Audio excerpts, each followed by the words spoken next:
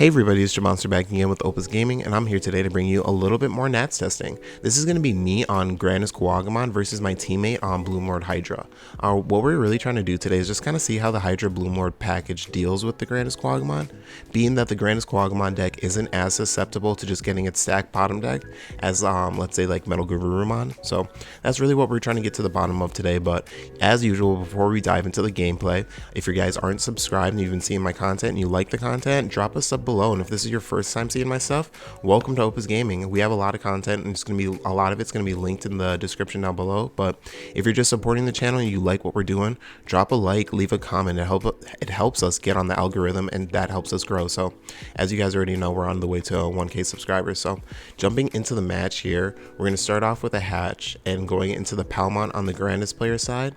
And then we're just going to put our opponent to 3 and play out the Kokuamon X antibody. It's not the strongest start, but we're looking for probably just better cards or probably a level 4 here. So boarding a body isn't too bad, but on the Hydramon player side, we're going to hatch and go directly into the Terriermon. He's going to be thinking about what he wants to do as well. And from 3, I think the biggest thing, he just wants to choke, so he's going to put us to 1. That's going to free us up to be able to swing at his life on this turn, just because we know that he's not going to be able to Digivolve to 5 next turn. And then we just board another Kokuamon. This puts us in a position where now all we have to do is swing the Kokuamon next turn. That puts him down to 3. And then we're in a proper OTK, OTK position with our Grandis Quagmon. So we raise up and we Digizorb into a Blossomon, draw for Digivolve. And then what are we going to use the Terriermon to do here? Let's see. Oh, we just hard play a red Vegemon instead of Digivolving. So now we're facing a board that's 3 wide. Swing at security. We're going to keep the aggression on here. And having us be at 1 this turn, we're just going to play out the memory boost. Put our opponent to 2 memory, but put them in a position where they need to get rid of their Terriermon to kind of get their Hydramon plays and stuff like that on board. But instead of taking the level 4, we're taking another Kokuamon X antibody. Maybe we'll just Rookie Rush our opponent down here, we'll see. But unsuspending the level 5 here is dangerous just because being at 2 memory, Digivolving to a Pomamon in the raising. The Hydramon player is honestly in a really good position here. Level 5 on board. The Terriermon kind of mucks things up just because it's not a vegetation. But let's see how we go about effects here.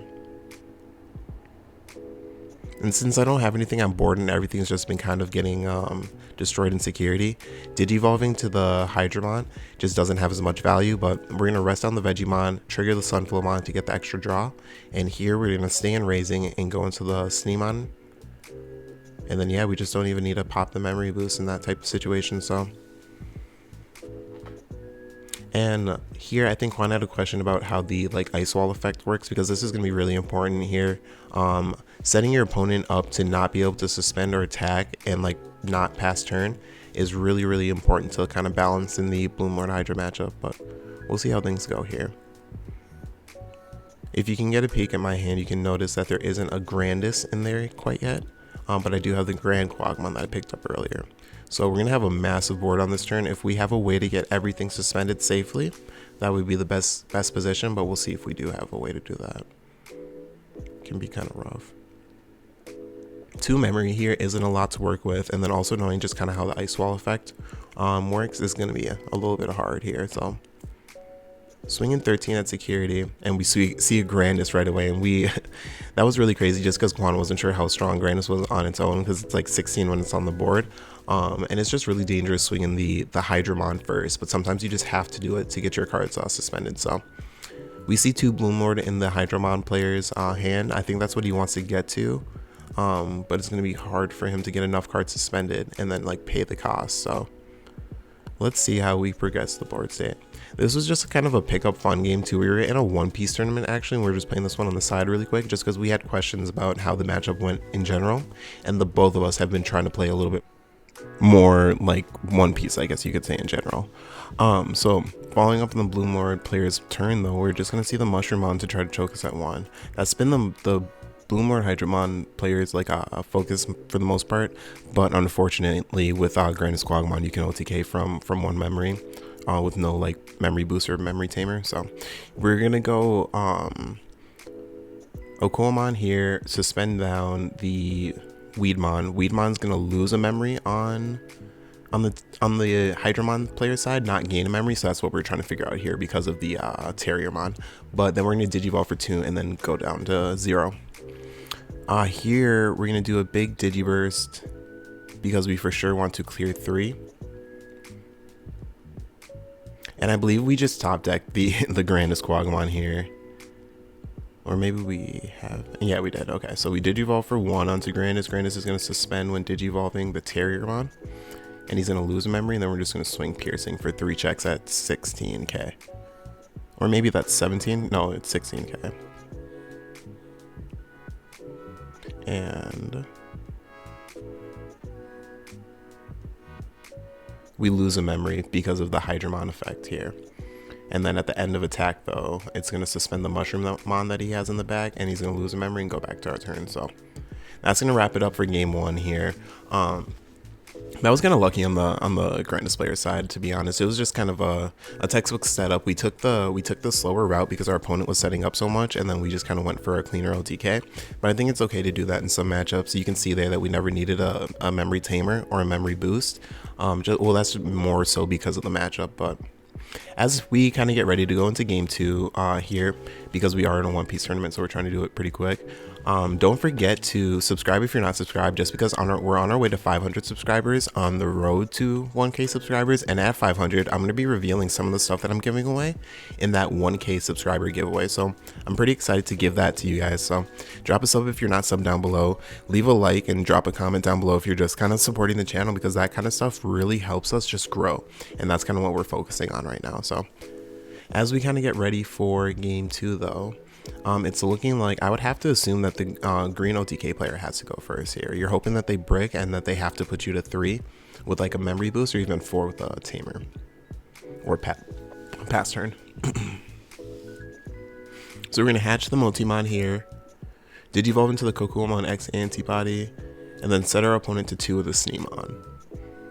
Even though we do see Sneemon a lot in our hand, even I think in this game I see the full playset in my hand, I still just play it at 4, and the Security Mon has just won me too many games and saved me from too many losses to just play it at any loss for me.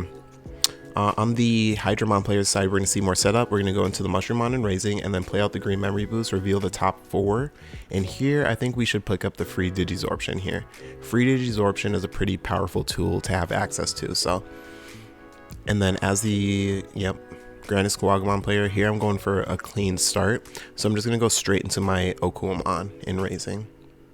If I have both my top end pieces here, we're just going to be trying to go for a clean hit into our opponent's security, and then just kind of have the rest of the game be about getting a clean hit through our opponent.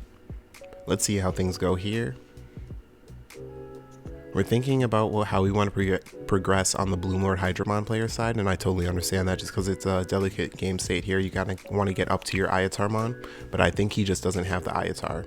So we're going to Digivolve for 2, go into the Sunflowmon to draw, activate Sunflowmon's effect to rest itself, and we're going to play out a Palmon to try to find the Ayatar. At least we get the Bloomlord for sure. Oh, Bloomlord and Ayatar, I believe, if I'm not mistaken what's under the Sunflowmon. Maybe Ayatar's not what we're looking for. Maybe just because we have the Blossomon, all we really care about is the Bloomlord, but we do pick up the Ayatar because it's just such an important piece here. So here I do believe, I think it's a hard decision to make because your level 4 is already suspended, and you just really don't want to put the Ayatarmon face up on board, or just on the board at all. You want it to be in Raising so it can for sure resolve its effect on the next turn. So we suspend our Palmon, we get the draw from the Digivolve, and then in this situation, I think we just go into a Bloomlordmon to have it be standing, and only pass over 2 memory just because you're fully committed to the board, but you don't have, well, I guess you could pop memory boost. Really, really hard position to be in though here for sure, because you're kind of looking at the Bloomlord player like you for sure have a Grandis in hand, like you have your top end. And you don't want to fully commit to something like a Hydramon or anything because it'll get killed. But you do also not want to, if they're missing their top end, you don't want to miss a beat in developing your board. And you really don't want to put your opponent to too much memory. So it kind of feels like going into the Bloomlord is the Bloomlord is going to be the safest play. It's going to be for 4. He's going to gain back 2, so it's just going to set me to 2, and he gets the restand. Here I draw and I raise up right away. That means I just have the nuts in hand. So suspend the Bloomlord. He loses a memory, and I go to 3.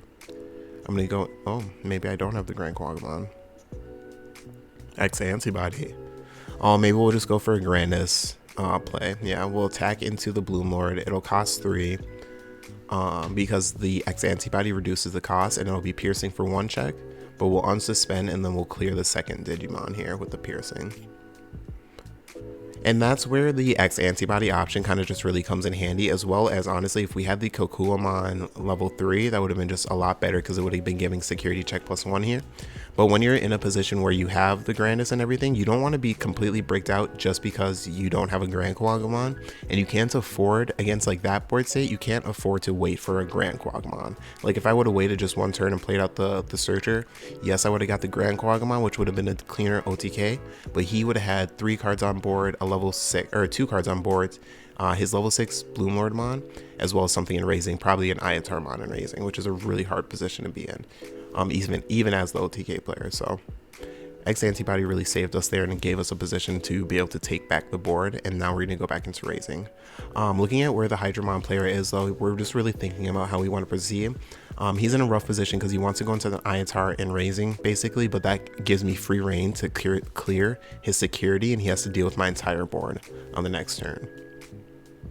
And Hydramon can only bottom deck 1, so it just becomes a very sticky situation. I think the best play is definitely hold the memory boost in this situation.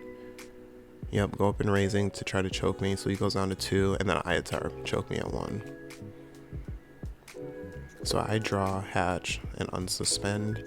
I believe here, yeah, the biggest play is going to be to take out my opponent's security, and you definitely want to swing big first because you don't want to get your dual attacker arrested. So he's going to unsuspend and attack, and we're just going to swing with him again. Swing with the rookie dies, and we just play out the Hydramon to stop our opponent from being able to pop the memory boost instead of digivolving and raising. But that's kind of sticky. It's a little bit rough. Maybe I should have just let my opponent have an extended turn to guarantee something in raising, because I think that our opponent can pop off here. So we're gonna rest down the Hydramon, we're gonna raise up, and we're just gonna play out right away a level 4, so we can probably just go up until a level 5 right away for free. So we're deciding if we want to self-tap for Digisorption here. I think it's going to be, no matter what happens, we're going to develop the board really well. So, yep. We see the Blossomon come up here. And we're just kind of thinking of how we want to go forward. Is it going to be the Hydramon? Yeah. It is going to be the Hydramon, but it just doesn't really matter because the Terriermon can just swing for the next turn swing. So that's going to be the game. It did, I guess, boarding the Terriermon did help out because it stopped our opponent from being able to extend, but it was a scary situation to be in because if our opponent was able to extend and kind of get some of their plays going, it would have just been a little bit tight. I know I was sitting there kind of scared, but that was just kind of a testing match. I was also learning the matchup. There was probably some things we could have done more optimally on the Hydramon player side, but it's really hard to decide just because it's really hard to get the deck going without the Hydramon. But the deck, when you do have the Hydramon, or you can kind of develop the board, I think Hydramon Bloomlord is still a really strong choice. So that's going to be some testing of the green versus green, some of our top picks for that, for those choices. If you guys like the content, drop a sub down below, leave a like, leave a comment for like the 3rd time in the video, but I really appreciate all the support. This is me, Jamonster with Opa's Gaming, and I'm out. Take care, guys.